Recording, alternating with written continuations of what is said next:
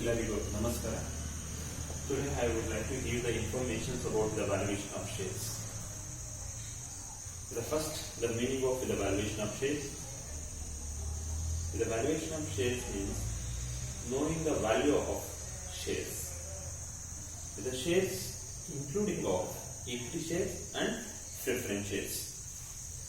The valuation of shares is three methods there. One is asset based, second one is yield based, income based, third one is the fair value. Asset based, we are follow of net asset method. Income based, we are follow of yield method. Third one is the fair value method. Out of these three methods, now I would like to give the information about the net asset method.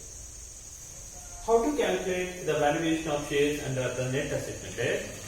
The formula is there. Is the realizable assets minus the external liabilities. So when we are calculating the realizable assets minus the external liability, we get the net asset. That net assets we are distribute to the shareholders. First is the realizable assets is the record. In the business, whatever the assets is there, that all the assets is recorded at the market value. If the market value is not given, is recorded at the book value. That assets is not including of the fictitious assets, because the fictitious assets is not a realizable assets.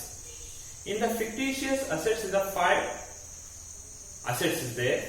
One is profit and loss, miscellaneous expenses, preliminary expenses, discount on issue of shares, discount on issue of debenture. This five is the fictitious assets. So apart from that, the remaining all the assets are recorded under the realizable assets. Afterwards, is the less the external liabilities. If the external liabilities is the including of all the liabilities except the share capital and reserves and surplus. Remaining all the liabilities is recorded under the external liabilities. So we get the balance. That balance is called as the net assets available to the shareholders.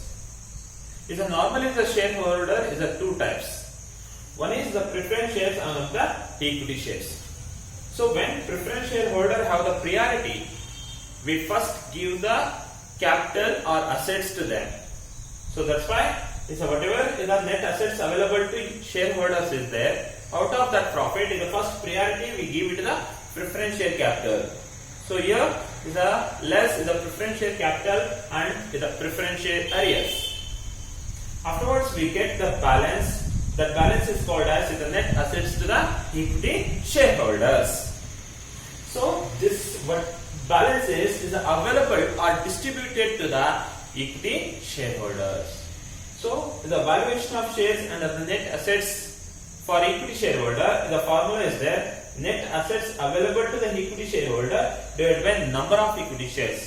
So ಇಲ್ಲಿ balance ಇದೆಯೋ ಆ balance ಅನ್ನು ತಗೊಂಡು divide by number of equity shares ನ ಮಾಡ್ಕೋಬೇಕಾಗ್ತದೆ. That balance or that result is the valuation of shares under the net asset method. Then next here we make three key points. So first value of the assets.